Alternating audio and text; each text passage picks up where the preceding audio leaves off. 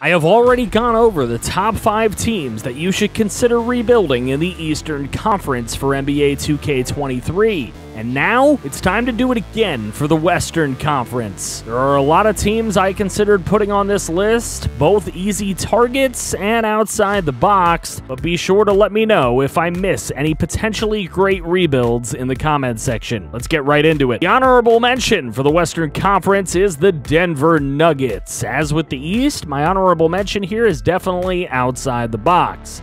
The Nuggets have one of the best players in the NBA in Nikola Jokic. But can you build around him properly? The Nuggets are 0-4 in Western Conference Finals, most recently in 2020, and the roster is jammed. With Jokic, Jamal Murray, Michael Porter Jr., Aaron Gordon, and Kentavious Caldwell-Pope, they're all signed for at least the next 3 seasons for a total of over $128 million. They have no first-round pick for 2023 or 2025. With limited picks and roster movement, can you finally somehow, some way, get the Denver Nuggets over the hump to an NBA Finals and cement the legacy of Nikola Jokic? Number 5, it's the Los Angeles Clippers. Now, this might be a bit out there as well, but the Clippers only have 3 first-round picks over the next 5 years for a team who could really use some young talent infused into it. Kawhi Leonard and Paul George aren't getting any younger, and a lot of the bench players are signed for over $10 million at a multi-year deal. It's a tough roster to get movement out of, and the stars are fading fast. Can you win soon with PG-13, Kawhi, and John Wall at the forefront?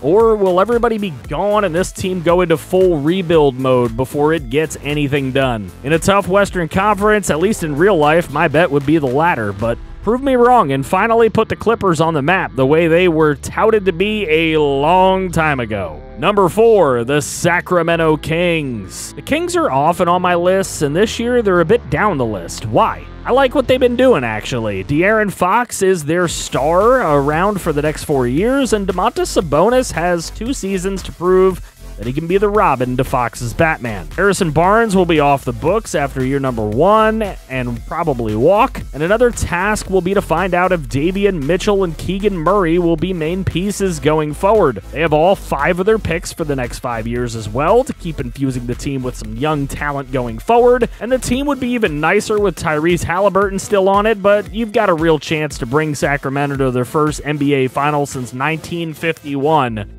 Where they beat the New York Knicks. Number 3, the Portland Trailblazers. Now, this is Operation Get Damian Lillard a ring before it's too damn late. He's 32 years old, signed for 4 years with a player option that he'd likely accept because he's going to regress by then. So 5 years to get Lillard a ring, and he's not even a top 15 player in the NBA anymore, according to 2K ratings. Best chance to bring along a young player that can help Dame is fellow point guard Anthony Simmons, who is signed for the next 4 years at the ripe old age of 23. Thankfully, Jeremy Grant's near $21 million will be off the books after year 1, but unfortunately, that's the best cap relief that can be had without trades. The Blazers also don't have any draft picks for 2023, so it's a hard road to win it for Dame. And it's not just for Dame either. The city of Portland faced heartbreak in the 90s with 2 finals losses to the bad boy Pistons and Jordan Bulls. They haven't won the finals since 1977 with Bill Walton winning finals MVP. As a bonus challenge, win the finals with Dame, and also make him win MVP. Number 2, the San Antonio Spurs. The Spurs are not good. Keldon Johnson is their best player with the most potential, and the smart San Antonio brass got him to take a somewhat modest extension. So that's a good start. The rest of the roster has some incredible movement, so your number 1's really going to be about finding who you trust in Johnson's supporting cast. Is 2020 first-round pick Devin Vassell worth keeping? 2019 second-rounder Isaiah Roby seems to have potential, but will he ever realize it? The Spurs' 3 2022 first-round picks, power forward Jeremy Sochan out of Baylor, small forward Malachi Branham out of Ohio State, and shooting guard Blake Wesley out of Notre Dame will all need some development before they become important rotational pieces, and only Branham really seems to have game-breaking potential. This roster has a lot of question marks, and they do have 6 first-round picks in the next 5 years, 2 in 2025 with the top 10 protected from the Bulls to be able to continue injecting this roster with some youth. Since winning Tim Duncan his last finals in 2014, the Spurs have had 1 sweep in the West Finals, 1 second-round exit, 3 first-round exits, and have missed the playoffs in each of the last 3 seasons. Can you get this once great organization back to prominence sooner rather than later? And finally, number 1, it's the Utah Jazz, right? It has to be. They just lost their best player in trade. They lost their second best player in free agency. And what did they get in return?